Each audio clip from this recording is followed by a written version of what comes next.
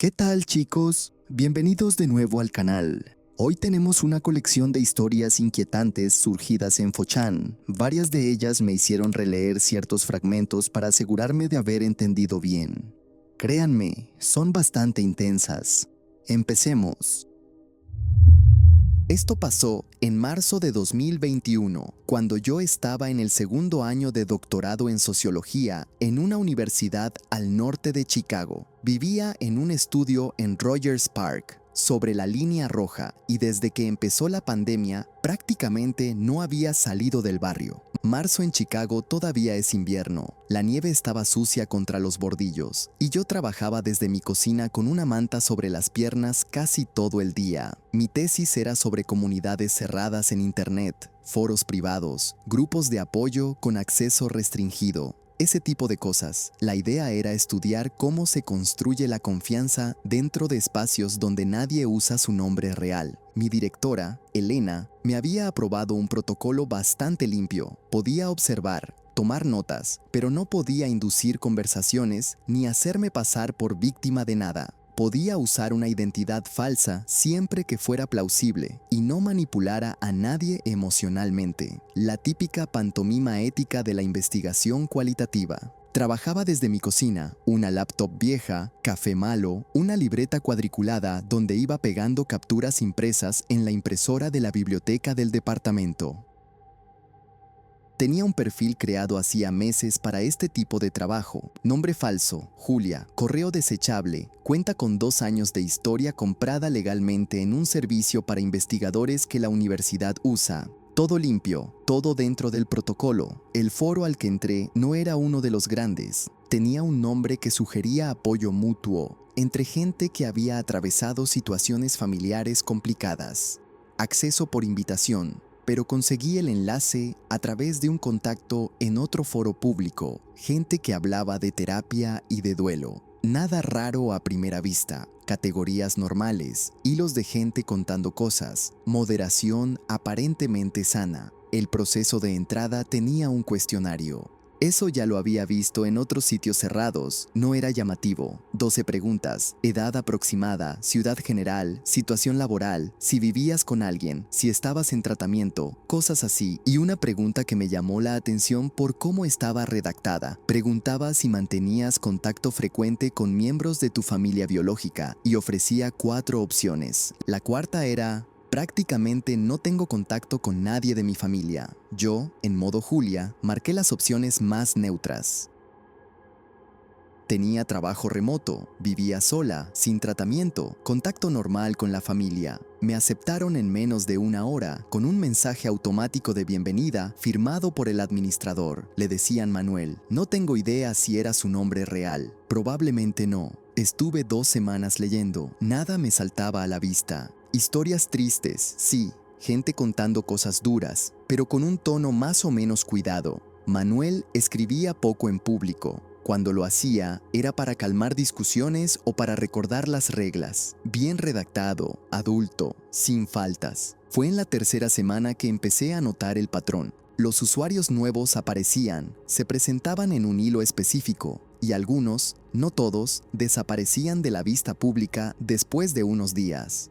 No es que borraran sus cuentas, simplemente dejaban de escribir en público. Contra eso, otros usuarios nuevos seguían activos, participando normalmente hasta convertirse en habituales. Empecé a llevar la cuenta. Anoté 31 usuarios nuevos a lo largo de 4 semanas. De esos, 11 dejaron de escribir en público entre el día 4 y el día 10 de su registro. Los otros 20 seguían visibles. Me obsesioné con esos 11.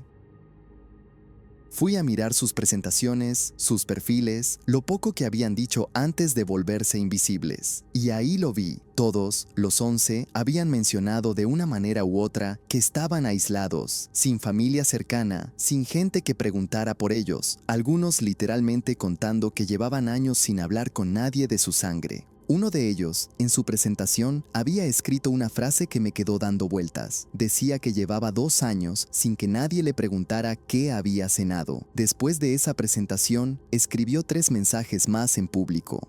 Luego, nada.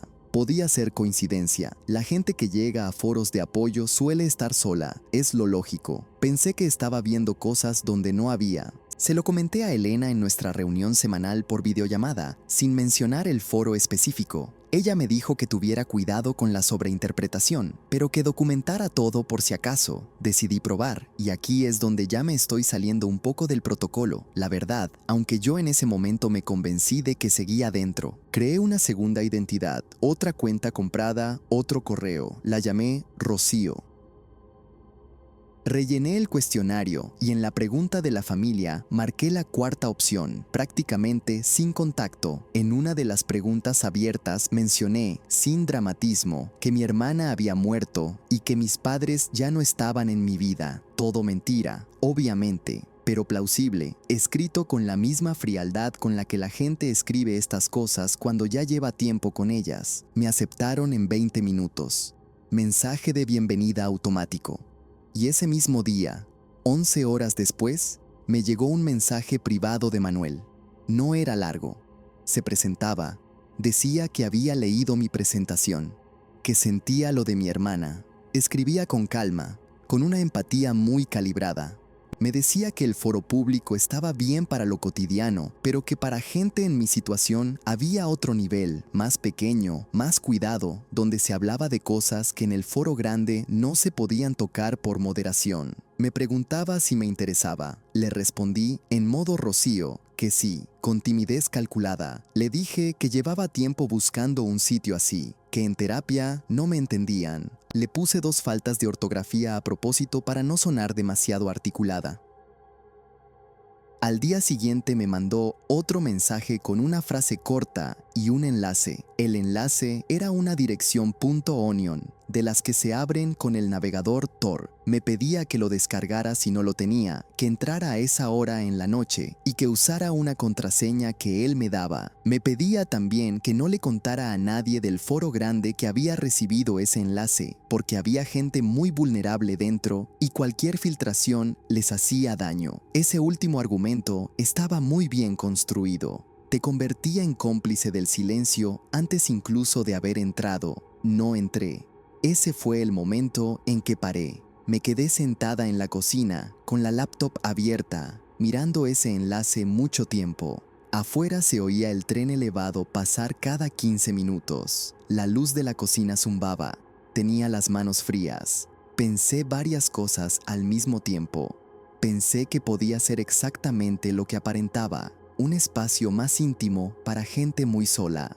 Pensé que podía ser algo peor.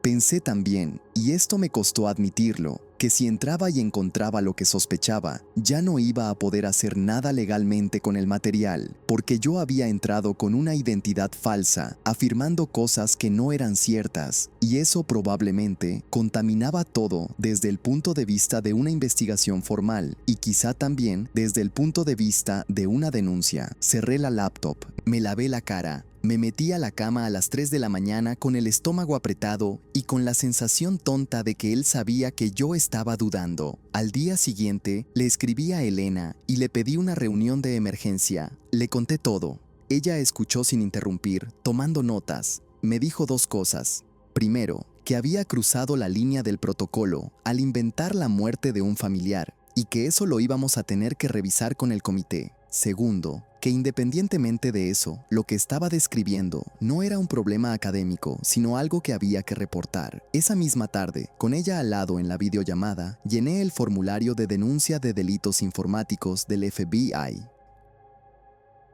Adjunté las capturas, los mensajes privados de Manuel, el análisis de los 11 usuarios, mis notas de campo con fechas y horas, todo. No entré al enlace .onion. Se lo pasé al FBI sin haberlo abierto. Recibí un correo automático de confirmación, un número de caso, ninguna otra comunicación después. Escribí una vez, 2 meses más tarde, preguntando si podían decirme al menos si el caso seguía activo. Recibí una respuesta corta, diciendo que no podían compartir información sobre casos en curso. Nunca supe qué pasó con Manuel, con el foro, con el enlace, con los 11. No sé si eran 11 víctimas, 11 cómplices o 11 personas que simplemente se cansaron de escribir en público. El foro público siguió existiendo unos meses más y después el dominio dejó de responder. Puede haber sido cualquier cosa, una redada, un traslado, una migración a otra plataforma o simplemente que Manuel se aburrió y cerró. La red es así. Cambié el tema de la tesis. Elena me ayudó a reorientarla hacia el diseño de cuestionarios de admisión en comunidades cerradas, sin usar nada de este foro específico, sin nombrarlo, sin mostrar capturas, para no interferir con lo que pudiera estar pasando en el lado del FBI. Me defendí 1 año y medio después con un trabajo mucho más aburrido y bastante más limpio. De Manuel me acuerdo sobre todo por cómo escribía. Era muy educado, muy paciente, nunca insistió cuando dejé de responderle. Al tercer día sin contestar, mi cuenta de Rocío fue eliminada del foro sin explicación, como si nunca hubiera estado. Trabajaba en el turno de noche en el Laboratorio Federal de Cuántico, la parte de ADN. No es tan cinematográfico como parece. La mayoría de las noches me quedaba solo con 2 técnicos en el pasillo, café malo de la máquina del segundo piso y esa luz blanca que después de 5 horas te empieza a doler detrás de los ojos. Huele siempre a lo mismo, a etanol y a plástico frío. Aquella noche era un martes de abril del 2021. Me acuerdo porque acababa de terminar mi segunda dosis de la vacuna esa misma semana y todavía tenía el brazo tieso. A la 1 y algo entró una muestra urgente. Cadena de custodia firmada, sello rojo. La etiqueta decía Prioridad 1, escena activa. Eso de por sí no es raro para nosotros, pero cuando ves el nombre de la gente que la manda y el caso al que pertenece, entiendes por qué te la mandan a ti y no a la cola normal de la mañana. El caso lo estaba llevando un investigador que aquí llamaré Álvaro. No es su nombre, pero digamos que era Álvaro. Un tipo con 20 años de servicio, con decoraciones, una carrera que la gente miraba con respeto. Yo lo había visto 2 o 3 veces en el edificio, siempre con la corbata bien puesta, siempre serio, siempre solo. La muestra que me llegó era un hisopo, sangre seca sobre un fragmento de plástico, según la ficha, recogida en una casa a las afueras de Fredericksburg, cerca de la 17, homicidio doble. Los detalles del caso no los tenía yo, y honestamente no me interesaban. Yo hago el análisis, escribo el informe, alguien más decide qué significa. Cargué la muestra en el secuenciador. Le puse el número, le puse la referencia del caso, apreté el botón. Me fui a hacerme otro café mientras la máquina hacía lo suyo. Ese zumbido bajito que ya casi ni oyes cuando llevas años ahí dentro. Cuando volví, ya estaba el perfil en pantalla. Corrí el cotejo contra la base. Normalmente eso tarda unos minutos y da o no da. Suele no dar. La mayoría de las veces salen desconocidos, salen víctimas, salen contaminaciones de los propios técnicos de campo. Esta vez dio nombre completo, número de placa, fecha de nacimiento, unidad. Salió el nombre del investigador, el mismo Álvaro que había firmado la solicitud del análisis unas horas antes. Me quedé mirando la pantalla como 15 segundos. Después me reí, en serio, una risita corta, porque lo primero que piensas es que alguien te está gastando una broma. Los muestreros a veces se equivocan con las etiquetas. Los técnicos de campo se cortan, se contaminan, sudan encima de una prueba. Pasa, no es lo normal, pero pasa. Fui a la nevera, saqué otra alicuota del mismo hisopo, la procesé desde cero, tubos nuevos, reactivos nuevos, otra corrida en otro equipo distinto, 40 minutos más. Miré el pasillo por el cristal. El compañero del turno estaba en toxicología, no se oía ni un ruido, solo el aire de la ventilación. Salió lo mismo, el mismo perfil, el mismo nombre, coincidencia total en los 13 marcadores. Fue entonces cuando abrí la ficha de la muestra otra vez en la pantalla y me fijé en la hora exacta de recolección, la hora que había puesto el técnico de campo cuando embolsó la prueba en la casa.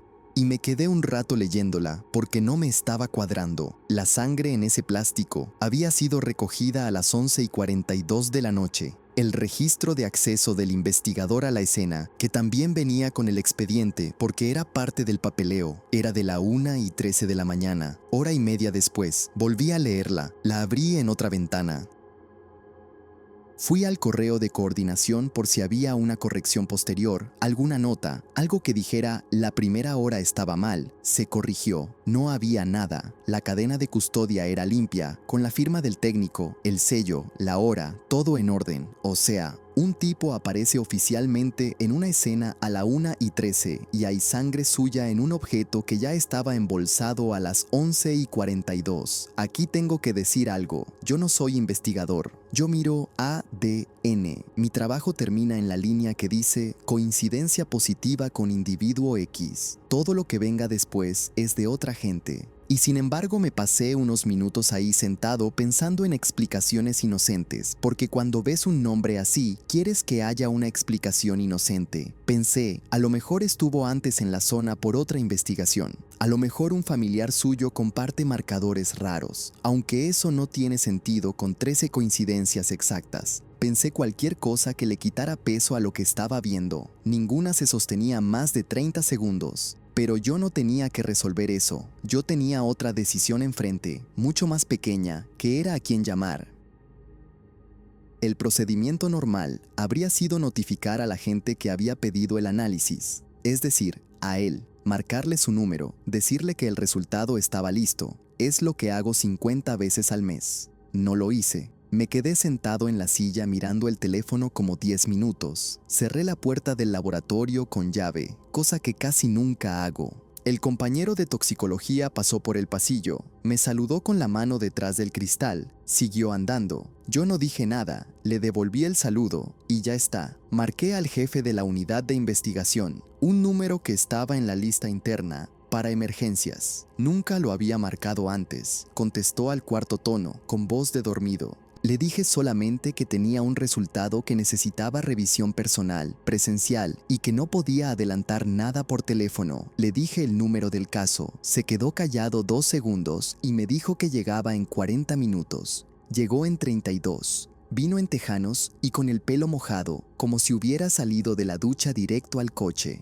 Le puse la pantalla delante, le mostré la primera corrida, la segunda, la hora del hisopo, la hora del registro de acceso. No dije mucho más, no hacía falta.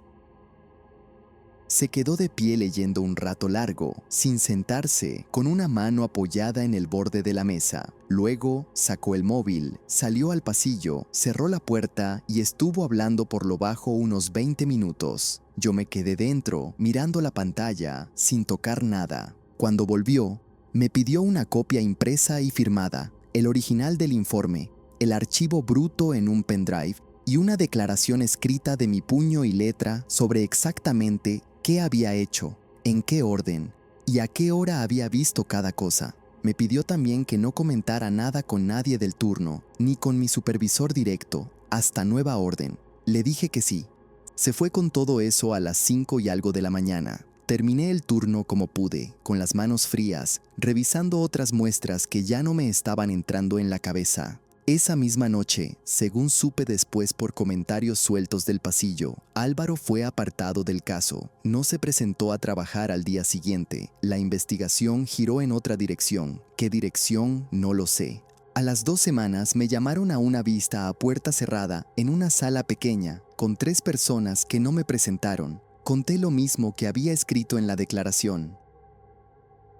No me hicieron preguntas raras. Firmé un papel de confidencialidad que ya había firmado antes al entrar al trabajo y me fui. El caso está sellado. No sé cómo terminó. No sé si Álvaro tuvo algo que ver con esas 2 muertes o si fue algo distinto, algo que ni siquiera se me ocurre. No sé si sigue siendo agente en otro sitio, si está retirado, si está en la cárcel. La gente del edificio dejó de nombrarlo a las pocas semanas y ya está. A veces, en el turno de noche, cuando entra una muestra urgente y veo un nombre conocido en la ficha, me tarda un poco más de lo normal apretar el botón. Nada dramático, solo un par de segundos de más mirando la pantalla antes de empezar. Después la corro y ya, lo que hice esa noche fue lo correcto. Eso lo sé, es lo único que sé del asunto entero.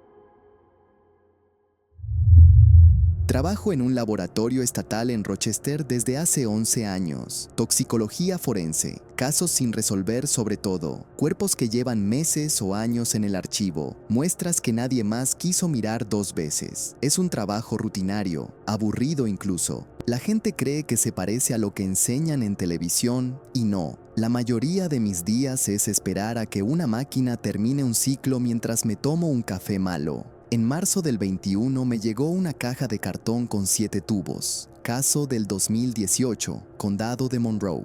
Un hombre de 34 años encontrado muerto en su coche en un aparcamiento cerca del lago Ontario. Autopsia inicial. Paro cardíaco, sin heridas, sin drogas evidentes, sin antecedentes médicos. El expediente había pasado por 2 toxicólogos antes que yo. Ambos habían escrito lo mismo. No se detectan sustancias fuera de parámetros normales. Y sin embargo, alguien, arriba, en la fiscalía, no se había quedado tranquilo. Por eso volvió a mi mesa. Empecé por lo básico. Cromatografía de gases con espectrometría de masas. Sangre, orina, humor vítreo, todo limpio, alcohol cero, ningún opioide, ninguna anfetamina.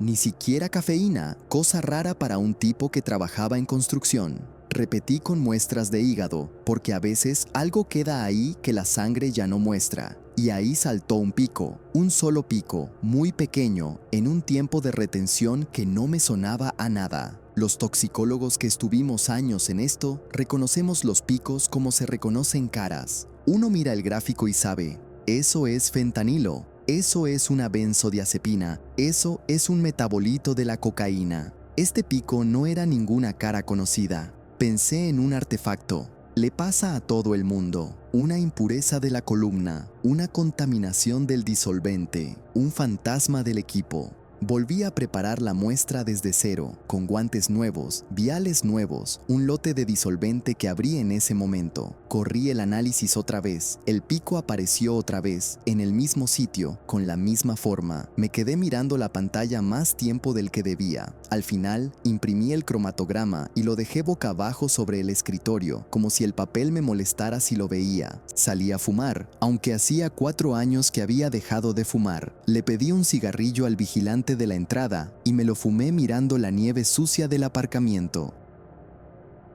Volví adentro. Al día siguiente lo mandé a espectrometría de alta resolución. Es un equipo que no usamos mucho porque cuesta caro cada corrida y hay que justificarlo. Yo lo justifiqué como sustancia no identificada en caso abierto y le firmé encima al supervisor sin dar más explicaciones. Él me miró un segundo y firmó también, sin preguntar. En ese laboratorio, cuando alguien no pregunta, es porque tampoco quiere saber. La masa exacta salió con 4 decimales. Fórmula molecular tentativa. Un compuesto orgánico con nitrógeno, con 2 anillos, con un halógeno en una posición que a mí, honestamente, me pareció incómoda. No es que las moléculas tengan gusto o disgusto, pero uno se acostumbra a ver ciertas familias, ciertas geometrías, y esta molécula no se parecía a ninguna familia que yo conociera. Metí la fórmula en la base de datos interna, 0 coincidencias. Metí la masa en PubChem, nada. Probé en ChemSpider en la base de la DEA para sustancias controladas y análogos, en un par de repositorios académicos a los que tenemos acceso desde el laboratorio. Nada, nada, nada.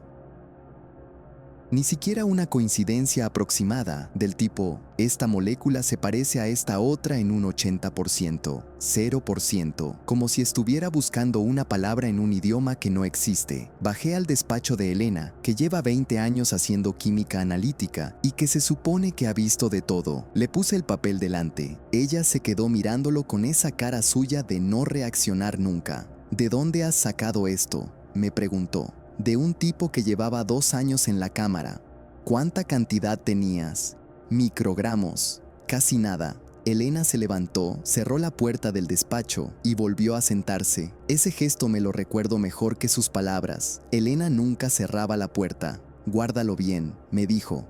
Y no lo comentes en la sala común. No me preguntó qué pensaba hacer. No me sugirió a quién avisar. Solo dijo eso y volvió a mirar la pantalla. Y yo entendí que la conversación se había terminado. Volví a mi mesa. Miré la muestra pensando cosas que un toxicólogo no debería pensar. No pensé, esto es peligroso. Pensé, esto no debería existir, que son cosas distintas. Repasé el expediente del muerto otra vez.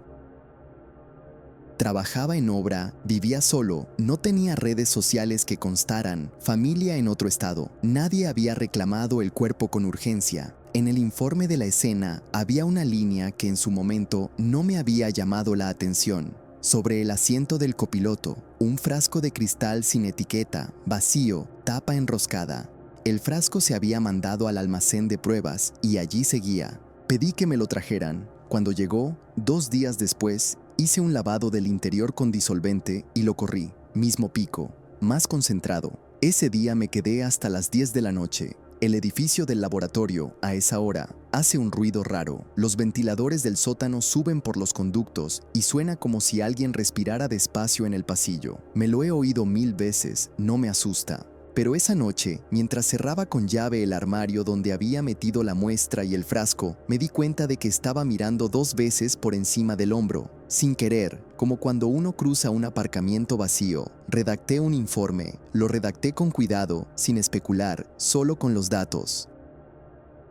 Sustancia no identificada, no coincidente con ninguna entrada en bases nacionales o internacionales, presente en tejido hepático y en el envase encontrado en la escena, compatible por características con un compuesto sintético diseñado. Mandé copia el mismo día al CDC en Atlanta y a la DEA, a los 2 a la vez, con acuse de recibo. Ese detalle fue deliberado. Si mandas algo así a una sola agencia, a veces se pierde. Si lo mandas a 2, alguien tiene que responder. La DEA respondió a las 48 horas. Un agente vino en persona. Se llamaba Marco, muy educado, con una carpeta y guantes de nitrilo. Se llevó los viales, el frasco y una copia del cromatograma original. Firmó cadena de custodia. Me dio las gracias y me dijo que me llamarían. Del CDC no oí nada durante 3 semanas. Y entonces, un martes por la mañana, me llegó un sobre, sin membrete visible, papel bueno, dirigido a mí personalmente al laboratorio.